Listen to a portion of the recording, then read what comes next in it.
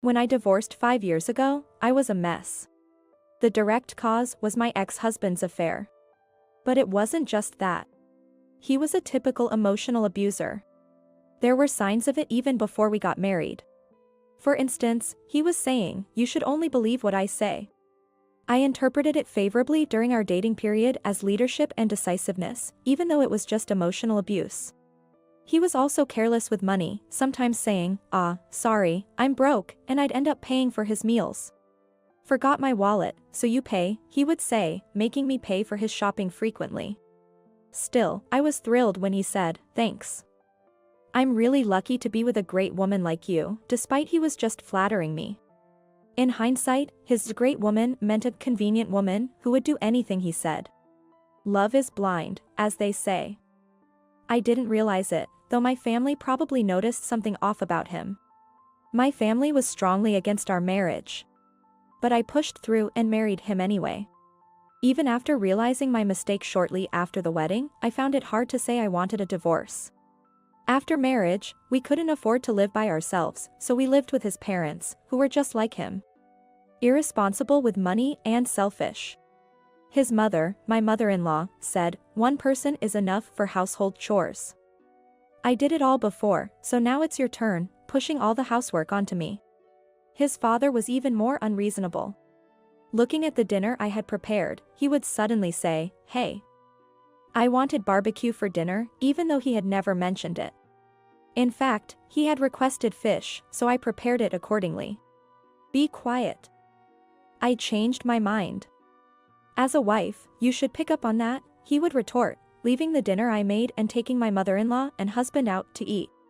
If I listed every incident, there would be no end, but the terrifying thing about emotional abuse is that it takes time for the victim to realize they are being abused. By the time you realize it, you may be in a very bad mental state. Had it not been for my husband's affair, I might still be trapped in that house. Just before the divorce, I had become like a puppet, silently complying with every unreasonable demand. His affair was discovered through his easy mistake, leaving a hotel loyalty card in his pocket. When I confronted him, he shifted the blame to me, saying, "It's not a big deal to cheat. It's your fault for not dressing up or being fashionable." My in-laws joined in, saying, "That's right. It's your fault for not being attractive. You should be ashamed for blaming our son when you're the one who got cheated on," they scolded me. That was the last straw. I reached out to my parents, crying, "I need help. I want a divorce," and they immediately came to get me. Shocked at my emaciated, changed appearance, they fiercely confronted my in-laws and husband. "You've worked our precious daughter to the bone. What do you think she is to you? We're taking Alice back. After what she's been through, we have every right to take this further." My mother's angry words made my father-in-law panic and say, "Please, no lawsuit. That sounds terrible." "Fine, I'll agree to the divorce." My mother-in-law and husband reluctantly agreed, probably worried about a lawsuit. They didn't say anything. I received $10,000 from my father-in-law as a settlement and alimony, and my husband and I divorced. My 2-year marriage came to an end. My parents complained that the divorce settlement was too cheap and insulting, but I was just happy to be rid of that family. 5 years have passed since then. It took a long time for my battered heart and body to recover. Waking up from nightmares, panicking from unpleasant flashbacks. I couldn't have recovered so quickly without my parents' support. Moreover, I somehow ended up owning my own shop, a new start in life. Thanks, Mom and Dad. I never thought I could open a shop. "What are you talking about? It's all your talent," my mom replied, but it was thanks to my parents. Right after I returned home. Worried about my emaciated state, my parents bought various baked goods like cakes and cookies from different bakeries. I've always loved sweets since I was a kid. I went to culinary school and even have a cooking license. Before I met my ex-husband, I had dreams of owning my own shop. If you hadn't bought those baked goods that time, I wouldn't have thought of it. One of the treats my father brought home was a cereal bar. A cereal bar is also known as a granola bar. It's made by compressing cereals like oatmeal with nuts like walnuts and almonds and dried fruits. They seem to be popular these days. They're delicious, but a bit hard to eat, my mom noted when we ate them together. That single comment from her changed my fate. Then, I'll make some that are easier to eat. I always felt like a burden, so it was a small way to show my gratitude. The bite-sized cereal bars I made then were a big hit with my parents. I made them with just the right hardness, and they looked and tasted great with plenty of dried fruits and nuts. They were indeed pretty, and I was confident that they would sell. Why don't you post them on social media or something? Social media is an online communication service. Anyone can easily post photos and send messages with ease. Aren't you doing something on it, Alice? So, I posted a photo on the social media account I had registered long ago. And it got a huge response. Where are you selling these? They're so pretty. Bite-sized and easy to eat with one hand. Many positive comments poured in. I was so happy that I cried while reading each one. After the emotional abuse from my in-laws and husband, I was made to believe I was worthless, and though my parents recognized me, I thought it was just because they were family. Somewhere deep down, I believed I was truly worthless. But I was wrong. Even strangers acknowledged what I created. It was my in-laws and husband who were odd. Worrying about such people was a waste of time. I was able to completely let go of them. With my parents' encouragement, I decided to focus on the bite-sized cereal bars and open a candy shop. I made sure everything was photogenic, sparkling, pretty, and something stylish women would want, actively sharing information online. It was a big hit. Since the initial photo was well received, I got interviews from newspapers and magazines, and articles were posted online. And surprisingly, I also got a new boyfriend. He's a lawyer. I visited a lawyer, the son of one of my father's acquaintances, for the shop's contract and opening procedures, and that's how our relationship started. He fell in love with me at first sight, seeing how hard I was working. I thought I was done with love, but he was a nice young man, completely different from my ex-husband. My parents also approved, saying, "We can trust Alice with this young man." Just when I thought I was reclaiming my life and starting anew, I received an unexpected email from my ex-husband saying, "I'll come to pick you up on Saturday." I replied, "I have no intention of meeting you again," and blocked his contact, but I showed the email to my parents and boyfriend. I had no idea why my ex-husband would contact me after all this time. My boyfriend said, "He probably won't come, but just in case, I'll stay with you." Both my parents and boyfriend decided to be with me on Saturday. On Saturday. Not only my ex-husband but also his parents showed up at my house, even though I said I wouldn't meet him. They tried to enter the house without permission, so I blocked them from coming in past the entryway. I asked, "What do you want?" Then my ex-husband said, "Alice, you must have calmed down by now. I forgive you, so come back to me." What? What are you talking about? I was truly baffled. My boyfriend and parents were equally perplexed. Yet, my ex-mother-in-law added to her son's outrageous statement, "Wouldn't it be better for your reputation to go back to him instead of being a divorcee? Our son is willing to marry you again." Furthermore, my ex-father-in-law said, "Alice, our son is apologizing so much. Stop being stubborn. His grandmother needs care, and we should discuss the future." I laughed, "No way. I'm engaged now. I have no intention of going back." And who's apologizing? Does what he just said count as an apology? Also, caregiving is the responsibility of the actual children, isn't it? My ex-husband seemed to only register the fact that I was engaged. Engaged? What do you mean? "You cheated on me," he yelled. I instinctively flinched, but my boyfriend stepped in to protect me. "Who is this guy?" "He's my fiancé." "Nice to meet you. I've been listening to your novel way of apologizing. It sounds more like you want her back as a housemaid." My boyfriend remarked sarcastically, causing me and my parents to chuckle. "What? You're getting cocky just because I'm being humble." My ex-husband got angry, probably because it hit a nerve. I used to be scared and comply with him in the past. But not anymore. I firmly said, "Who's being unreasonable here? I won't be controlled by you anymore." My father then said, "You should understand now. Our daughter has no intention of ever dealing with you again. We've completely cut ties. Now leave. Despite being told by my father to leave, my ex-husband and his parents were reluctant to move. Just as I thought we were getting nowhere, I noticed the neighbors had started to gather. They were drawn to the argument happening at our front door. They must have come out to see what was going on. I decided to use this to my advantage. I see the neighbors are gathering. If you cause any more trouble, I'll call the police. With so many witnesses, it's clear who's in the wrong. With that, they had no choice but to leave. I successfully repelled them. It's insane that he wanted to marry me again in the first place. Later, I found out why they showed up after 5 years. They didn't know that my boyfriend worked at the law firm where my ex-husband went to consult about bankruptcy. It wasn't that my boyfriend broke any confidentiality. My ex-husband happened to run into me when I was delivering lunch and blurted out, "Why are you here? It's your fault I have to file for bankruptcy."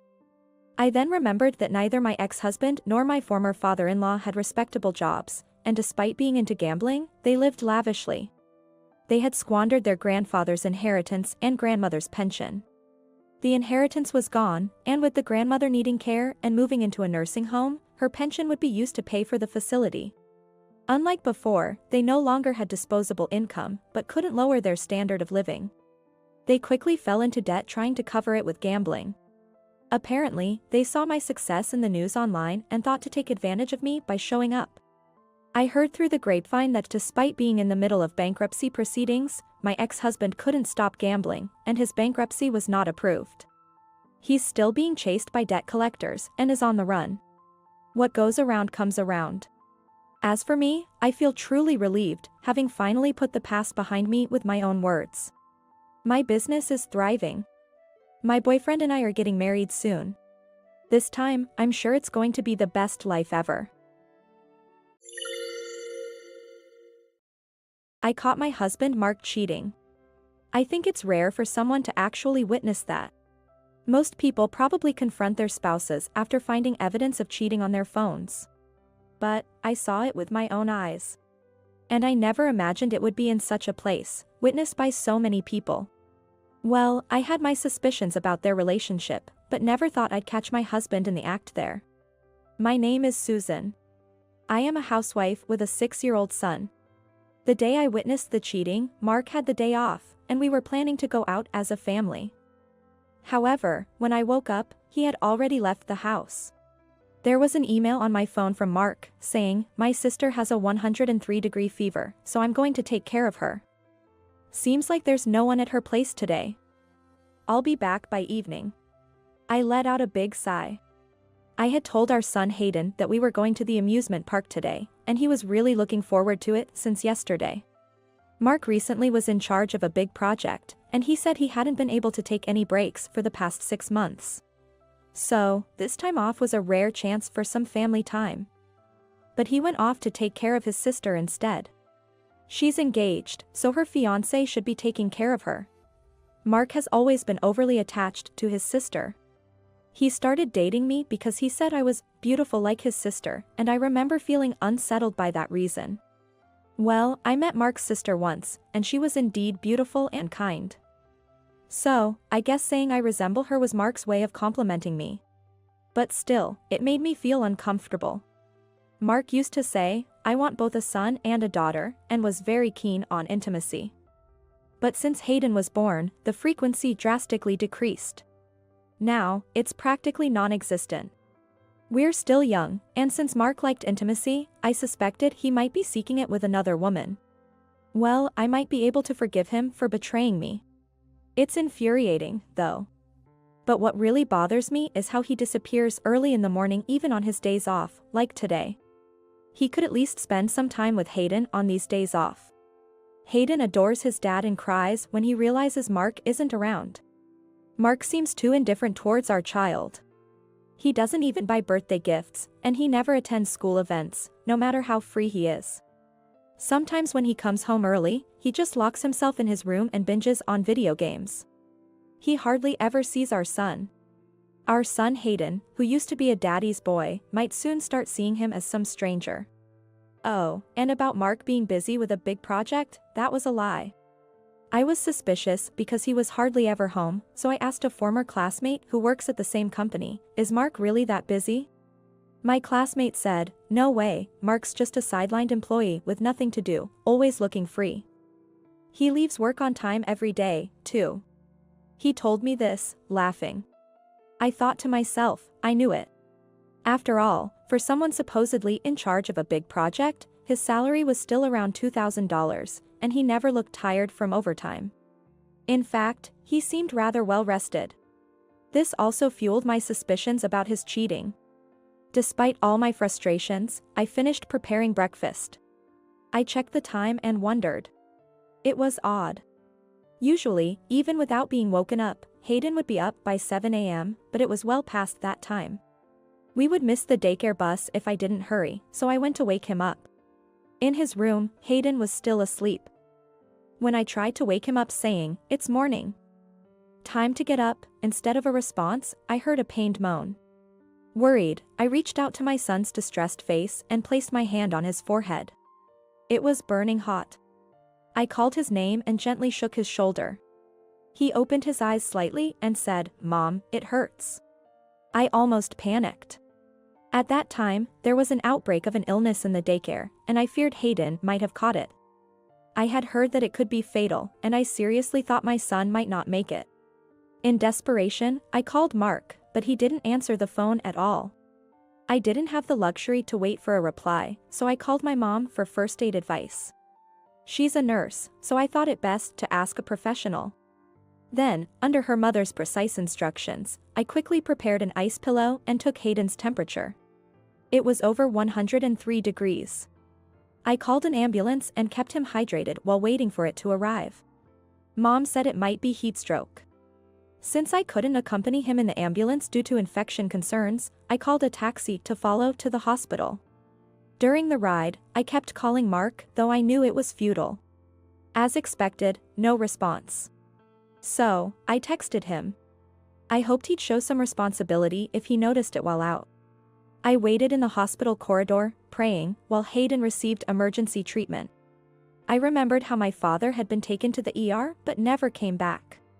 As I imagined the worst for Hayden, my mom, who had arrived to support us, reassured me. "Everything will be okay," she kept saying. And then, an hour later, Hayden was somehow saved. But he needed to be hospitalized for a week, so he was taken to his room. In the end, Mark didn't come home that day. The next day, I went home to get Hayden's clothes and brought some fruit for him at the hospital. When I passed by the emergency room to say thank you to the doctor who took care of him yesterday, I suddenly felt a flurry of activity in the area. Thinking someone must have been brought in, I decided not to disturb and postponed greeting the doctor. As I was about to go to Hayden's room, I saw a man and a woman on a stretcher. They were covered only with a thin towel blanket, appearing to be naked. It seemed like they were stuck together. Probably a case where the man couldn't withdraw during the act. I've never experienced it, but it must be tough. Embarrassing, too, to be brought in like that. As I was passing by, I inadvertently made eye contact with the man. Normally, it would be an awkward situation, but not for me. I froze. Because that man was Mark.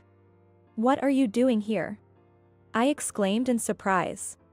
"It's just that my sister caught a cold and it spread to me, so..." Mark stammered. At that moment, I was also confused. Hayden had just been brought in the day before, and now Mark too? What were the odds? Why was Mark brought in naked? And who was the woman with him? All these thoughts were swirling in my head. Then, my eyes met those of the woman entangled with Mark. Even in my confusion, it was clear. This woman was Mark's mistress. I glared at her fiercely, then recognized her familiar face. "Why is Susan here?" she exclaimed. That's when it hit me. Yes, that woman was Mark's sister, Miranda. The moment felt like an eternity. I had suspected Mark of lying about taking care of his sister to meet another woman. But I never expected this. To come to visit Hayden while still joined with a woman. And that woman being his own sister. This was beyond a joke. Since they were being carried away on a stretcher, I had to suppress my urge to confront them and could only wait for their treatment. Anyway, they couldn't escape, so I decided to confront them later. With this in mind, feeling sick to my stomach, I went to visit Hayden, my original purpose. Trying to compose myself, I spent some time in Hayden's room. When I checked my phone, I saw a bunch of texts from Mark. As expected, they were all attempts to gloss over the incident. He didn't mention Hayden's hospitalization at all. I decided to keep ignoring him and waited another hour. Then the doctor who took care of Hayden yesterday appeared. He smiled at me and said, "Your son is doing remarkably well.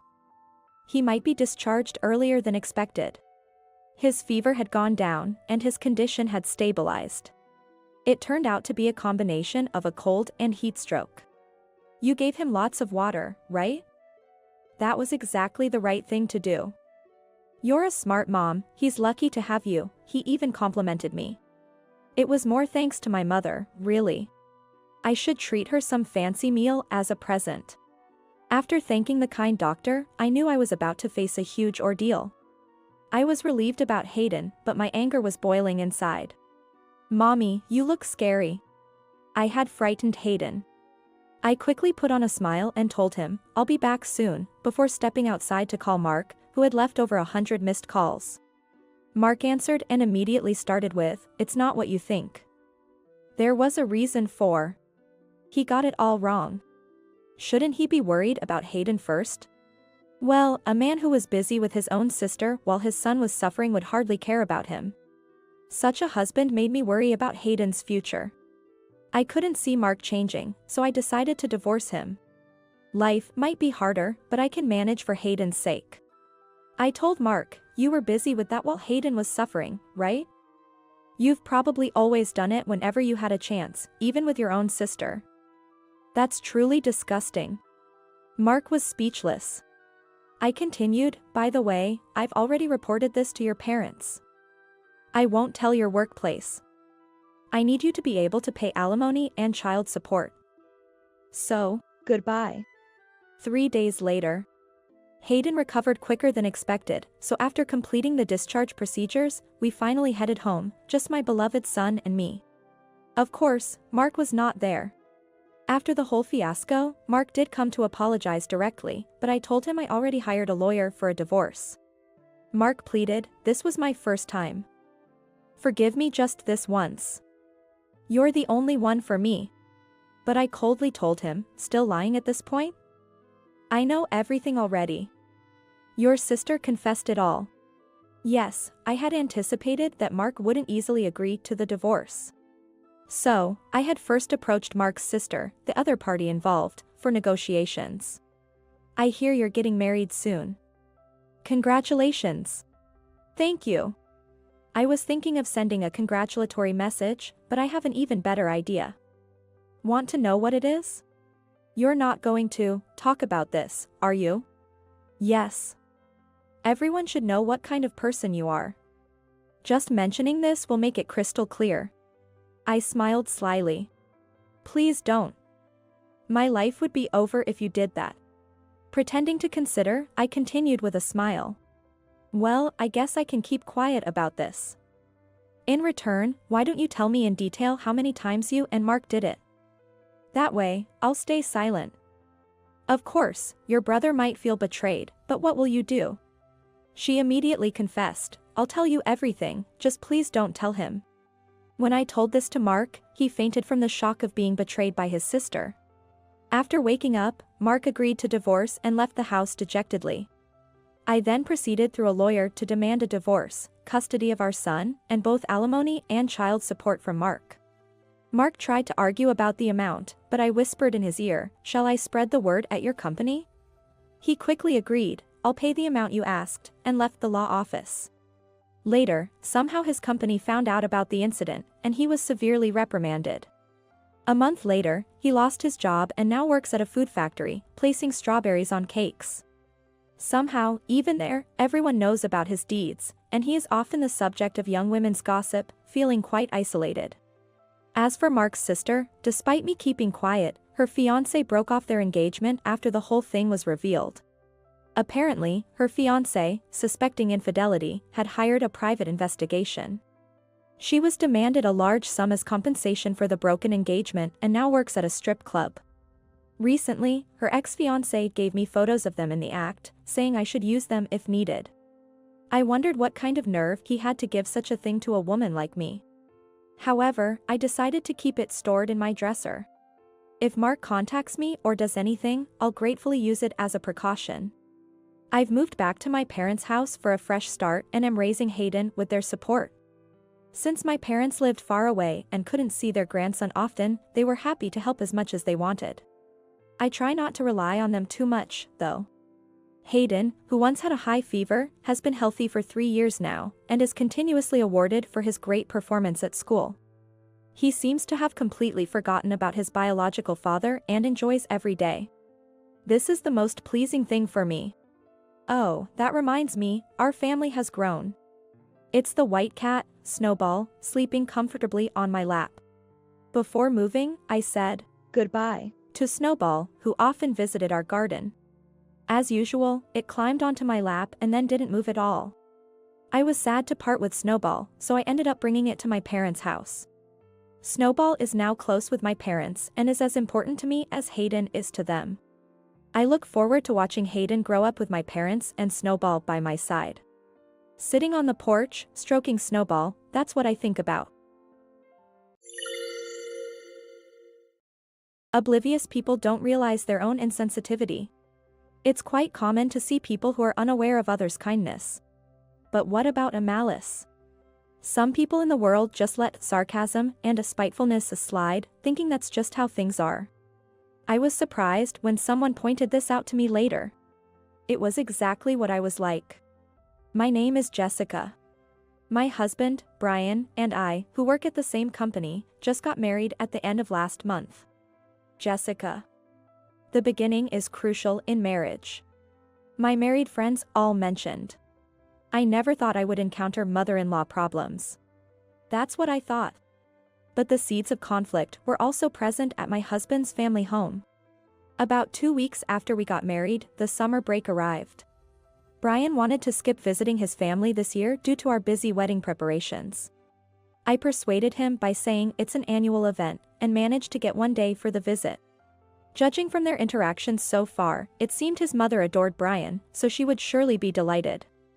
Following my friend's advice, the beginning is crucial for the relationship with my mother-in-law. During the summer visit, I planned to showcase myself as a thoughtful daughter-in-law. I titled it, The Thoughtful Daughter-in-Law Plan, and it was set into motion. On the day of the visit, we arrived at my in-laws' house in the afternoon. When we rang the doorbell, "Welcome back, Brian," greeted us with a big smile from my mother-in-law. "Been well?" my father-in-law asked with a grin, appearing shortly after. Actually, I'm not too comfortable around my father-in-law. Sometimes our eyes meet, and I feel like I'm being observed. He seems kind, though. I looked away and watched my mother-in-law, who was happily chatting with Brian. I was thinking how much more pleasant it is to watch someone with an expressive face like hers, when suddenly our eyes met and she gave me a clearly displeased look. That made sense. I had been staring rudely. Sorry. I was just lost in thought. I apologized. If you're tired, you didn't have to come back with him, she retorted. Huh? But Jessica came for. Brian started to say something, but at the same time, my father-in-law called him over with a Brian, and Brian went to him with a sigh. Now, it was just the mother-in-law and me. A chance for recovery. Jonah. Is there anything I can help with? At first, my mother-in-law seemed grumpy, but then she had a sudden idea and asked, could you go shopping for something we're running out of? She wanted herb-infused seasoning. You might not know this, but Brian really likes it. There's a shopping center about 30 minutes from here. Her expression was now cheerful, quite a change from earlier. Understood. I'll go and get it. I replied, readily accepting the task. In fact, I also love the same seasoning. It's not widely popular, so it's not always easy to find, and I had trouble locating it in the same chain of shopping centers before. Worried it might be sold out, I checked nearby import stores and called to confirm they had it in stock. I found a store about 15 minutes away by car and promptly headed out. Returning home in less than an hour, I saw my mother-in-law preparing tea in the kitchen. "Oh, you're back early. Did you not find what you were looking for? Don't say you couldn't buy it because it wasn't available. Do you think that would be acceptable?" "Of course, it's unacceptable to return empty-handed." "What?" She was visibly surprised as our eyes met. "You actually found it?" she asked, shocked, so I explained. "I went to a different store. It's only a 15-minute drive from here. They carry a wide range of products from the same manufacturer. You should definitely check it out. That should be a thoughtful daughter-in-law." I thought I must have impressed her, but she looked like she had just eaten something bitter. Jonah? Did I do something wrong?" I just remembered something else we need. This time, we really have to go to the shopping center." I understood the situation, noticing her expression, while my mother-in-law began writing a shopping list. Then my husband, Brian, appeared and said, "Oh, Jessica, you're back? Going out again? To the shopping center? I'll come too." "Leave the heavy lifting to me," he said. "Brian, I was just preparing tea. Jessica's not a child, she can go alone, can't you? If there's time for tea, why don't you go? Don't make Jessica do it." I insisted Jessica should go. It seemed the mother-in-law had been looking forward to tea time with her son. "Why don't you have tea with Mom?" "I'm fine," I suggested to Brian. But she quickly refused. "No, just do what you want." "Let's go then." Finally, some alone time. It's like a date. It's a shopping trip, I thought to myself, amused by Brian's cheeky grin. When we returned from shopping, it was already time for dinner. "Brian, your favorite sushi tonight," mother-in-law announced cheerfully, having dropped her earlier grumpiness. She must be a straightforward and loving person. I ordered from our usual place. Deluxe sushi, just for the family. With a lacquered black sushi container on the table, my father-in-law was already seated, smiling cheerfully. We were invited to sit down, so we took our seats. Brian peeked inside the sushi container and said, "Hey, Mom. One of these is different." True to my husband's observation, one of the sushi containers had different toppings. Egg, shrimp, tuna. It was the standard assortment. "Oh, that," my mother-in-law stopped making soup and began arranging the sushi containers. According to her, the sushi restaurant made a mistake in the order. I was surprised by her casual acceptance. "Did you ask for a refund?" "A refund?" "Well, it's our regular place, so."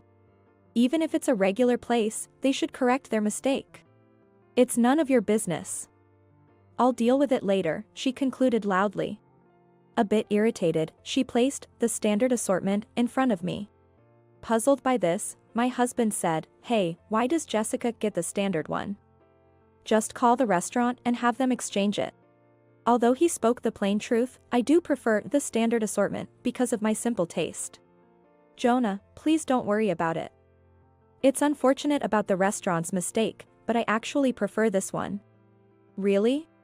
"Yeah, I remember you always eating mostly desserts at sushi places." "Well, if Jessica's fine with it, I won't say anything." My father-in-law was already munching on his sushi, completely unbothered. I was amazed at his carefree attitude. Despite the restaurant's mistake causing a scene, once the meal was over, my mother-in-law clapped her hands and said, "Let's have dessert. Brian's favorite, cheesecake.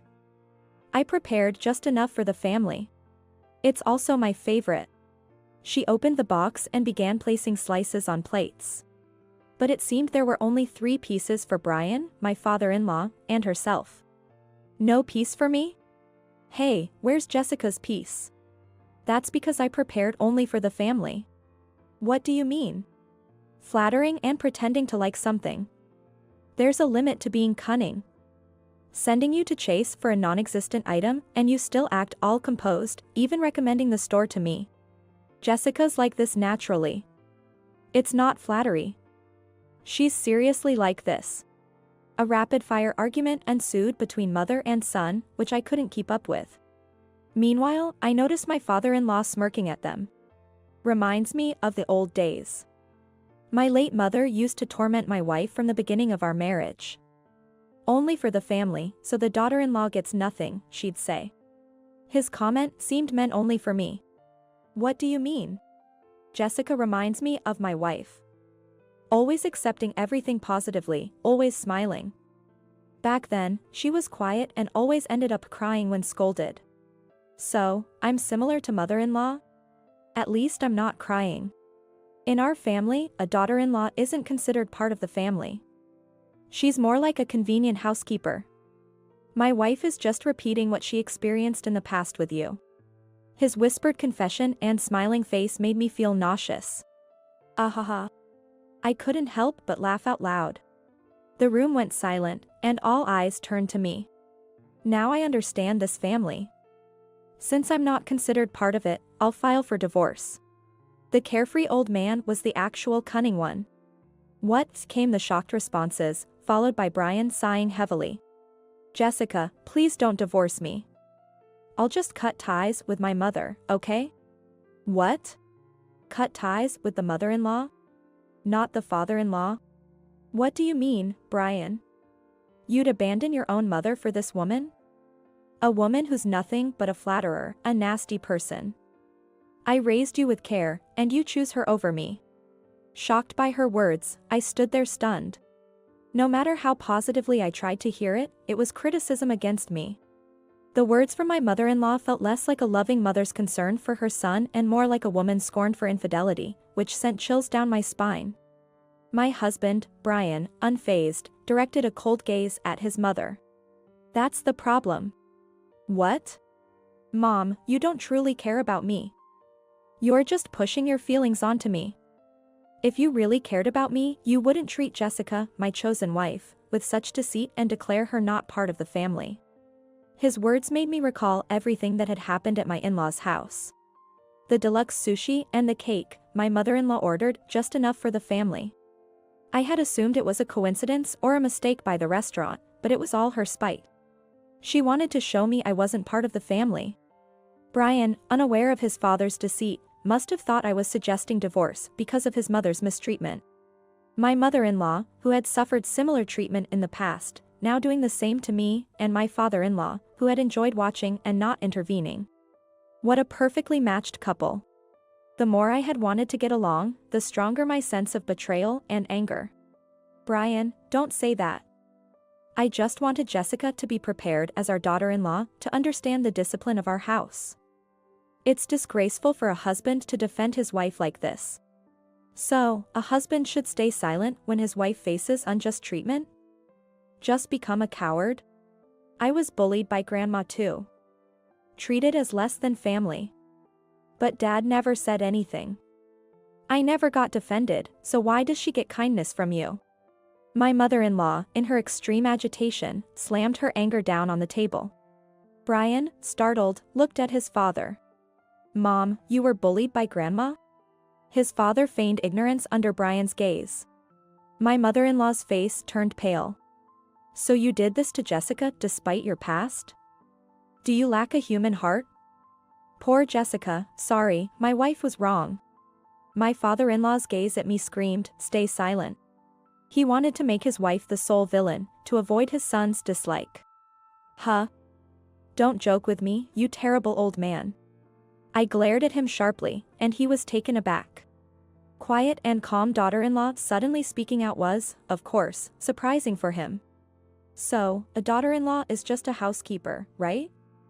You whispered that to me, didn't you? Always crying when scolded by your mother, I heard. And you knew all along, yet acted so innocent. What? You deceitful daughter-in-law. You tricked us all along. Why should I not be allowed to enjoy watching those bullying? Blurting out in anger, he looked around in shock, but it was too late. I won't stay silent about such things. I can't endure. I laughed at him, and my mother-in-law turned to me. You understand my feelings, right? You have a kind husband, but I didn't. I had no choice. She tried to justify her treatment of me. No, I don't understand at all. If you feel remorse, why not apologize first? You weren't forced by anyone, were you? A person who willingly does bad things they experience to others, even if the world forgives them, I never will. I responded sternly, then turned to Brian. Cutting ties should be with both parents, not just your mother. Brian sighed deeply and nodded, of course. After that, Brian cut ties with his parents. We changed our contact information immediately, but my mother-in-law, thinking an apology would fix everything, came to our house several times. My father-in-law, due to the past I revealed, was in a sort of domestic separation. He loved Brian too but blamed me, saying, "It's your fault for everything." Apparently my mother-in-law kept digging up the past, arguing with him, "It's your fault for not defending me," and they constantly fought. They tried to appeal to us, but I coldly turned them away, warning, "Next time, I'll call the police." We moved a few months later, so I don't know what happened afterward. My mother-in-law, abandoned by her son, lost her spirit and declared she would stop taking care of my father-in-law, likely leaving the house in chaos. This incident made me realize my own insensitivity. I don't know if I can improve, but I'll try to live more attentively. My name is Julie. I've been married to my husband, Tom, for 15 years. It's been a whirlwind of busy, stress-filled days. It was all because of my selfish mother-in-law, my opportunistic sister-in-law, and my incompetent husband who doesn't care for the family. It all started when my father-in-law, John, opened his CPTA office at his own house. My mother-in-law, Karen, noticing my background, forced us to live with them, saying, "Your bookkeeping skills are just what we need. If you're going to be at home anyway, you can also do the housework, right?" That's what she said, dumping not just the office assistant work on me, but also the daily cleaning and cooking. Whenever she's free, she's out shopping or dining, just enjoying herself. She plays favorites, and her favorite was my sister-in-law, Samantha. She was my brother-in-law's wife. Samantha and her husband have kids and live about an hour away from us. They come to our place every weekend. They usually contact Karen beforehand, and she would say, "Leave the kids' care to me." Hearing what Karen said, Samantha just rides on her coattails, saying, "Then I'll come over tomorrow," without considering our plans at all. Following Karen's words, "Make yourself at home," Samantha dumps her kids on me and does nothing herself. We have a daughter, but they have 3 boys. The amount of food they eat is a nightmare. When I ask for help with preparing meals, Samantha turns sour, saying, "You're really going to make me work on my day off?" When I persist, saying, "I have other work besides household chores, so I'm short on time," Karen butts in. "Are you belittling Samantha for being a housewife? Let her relax while she's visiting. You're being mean." That's right, being a housewife is really hard. "Mother, you're so considerate and kind." Samantha smiled at Karen and took her arm. Every time I remember her smug look as she left, I seethed with anger. Just when the stress was so intense, and felt like I was going to have a rash, my husband, Tom, had made it worse. When I complained about Karen and Samantha's terrible behavior, he said, "Isn't housework your job? You manage it alone even when you're busy. So, why do you want help? You're just trying to pass it off on someone else. Why do I have to take care of their family too? If that's the wife's job, then do it. If you don't like it that being the way, we can have a divorce. But do you think you can manage a divorce with no significant qualifications?" He smirked, as if to say, "You couldn't possibly manage, could you?" Tom, whom I thought I married for love, became quite cold towards me after our honeymoon phase. He probably didn't like the fact that I prioritized my work over him, and that his father, John, had high expectations of me. Jealous jerk. I screamed inside, but stayed silent. He ended our conversation saying, "I'm busy studying for my exams." He seems to be wanting to inherit the CPTA firm, but keeps failing the exams. "You don't have any significant qualifications either," I wanted to scream at him. But in these tough times to get a job, it's scary to leave the household with just my bookkeeping skills. It's not the perfect timing yet, I told myself. The only neutral person in this household was John. He showed no interest in home affairs and let Karen rule, but as a professional in work, he was respectable. Unlike Karen and Tom, who dumped everything on me, he carefully taught me the job and even suggested I become a CPTA. I realized that having a goal made it easier to overcome hardships. The future goal John gave me became my anchor. I studied hard in my spare time, passing one CPTA exam after another. I'll never forget the joy when I had finally passed them all. With my practical experience, I was registered as a CPTA and became a true member supporting my father-in-law's office. Tom didn't like the fact that I started working as a CPTA and became overtly cold. I tried to be nice, saying good job to him while he was studying. But he snapped back, "Are you looking down on me? You really are an uncharming woman." He also demeaned me, bringing up his brother and Samantha. "He's lucky for having a beautiful wife like Samantha. Why did I marry someone like you? We only have one daughter. Even my mom says you're the worst." Karen still favored Samantha, pampering her kids more than our daughter. Samantha, getting too confident, even left her kids with us to go on a trip with her husband. My dear Samantha is such a good girl. She even brings us souvenirs, considering we can't travel. Compared to her, you're always grumpy and acting all high and mighty now that you're a CPTA. Really, you're such an unpleasant daughter-in-law. I've become accustomed to how sarcastic Karen was, and wondered what I should do. I had divorce papers prepared, because I thought I would leave my husband once I became a CPTA, but now I'm unsure about the timing. I had thought that once I got the CPTA license I could leave anytime, but I enjoyed working with John, which made it hard to leave. But what finally pushed me to make my choice was Karen's hospitalization. It happened right before summer vacation. She fell down the stairs and broke a bone. While she was in hospital, she suddenly said to me, "Samantha and her family will be coming, so make sure you take good care of them." What? They're coming even when she's not here? How brazen can they be? I was stunned, but I knew complaining to Karen was pointless. So, when I got home, I called Samantha. She was cheerful on the phone, saying, "Thanks for being able to look after the kids again this summer." But when I told her I couldn't because Karen was hospitalized, she responded, "What? I've already made plans for vacation with my husband and it's too late to cancel now. Don't you understand? Are you that stupid?" Her attitude changed drastically, and mocked me. I snapped back at her, "That's my line. Every year, you don't think about others and just do as you want. I have work, and I'm busy. But still, you want to leave your kids with us while you go on a long vacation with your husband? Don't be ridiculous. You're not allowed to come." Samantha was silent for a moment after my retort. Then she said, "What's with that attitude? Mom hates you anyway. I'm telling on you," and hung up. As expected, she immediately tattled to Karen, and now Tom. Tom called me in, saying, "I heard you told Samantha not to come to our house. You are really the worst. You've really disappointed me this time.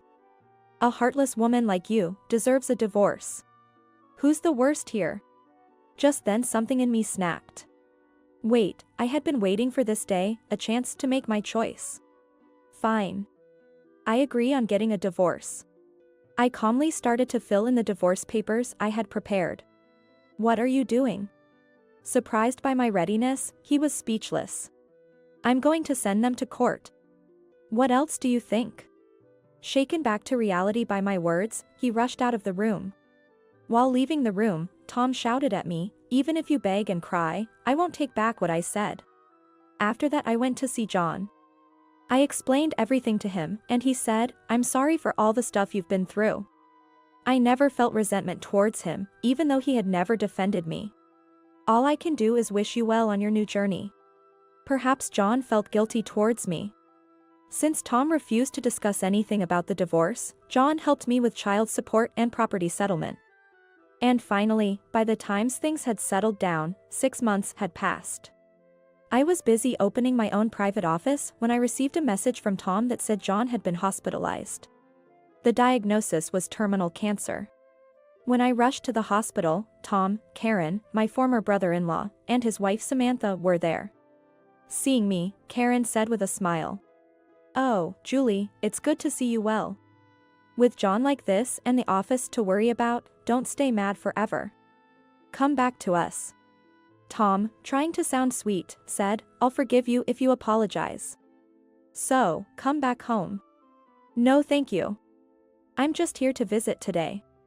Unable to hold back, Samantha burst out. They're asking you kindly, and you're still so cold. Let's not rely on someone like Julie, especially now that the office is in danger. Samantha. Karen and Tom exclaimed, turning pale. But I had already guessed their motives. Stop it. It's shameful. You've realized her worth too late. John said quietly, having watched the disgraceful scene in silence. But without Dad, what will happen to the office? How will we live? Tom lamented. You're being pathetic, a man over 40 whining like that. It's your responsibility now. Julie is no longer family to us. But, that divorce doesn't count. Julie needs the office too. Who else would hire a woman like you? Tom ranted, still out of touch with reality. John sighed heavily. Julie has made it on her own. She has many clients who rely on her. She's a fully qualified CPTA, unlike you, who still hasn't passed half the exams. Tom was at a loss for words at that comment. It seemed like John was aware of his own condition, or perhaps to celebrate my new beginning, had explained the situation to the clients I handled and arranged work for me. Thanks to his support, I was able to start on preparing my own office.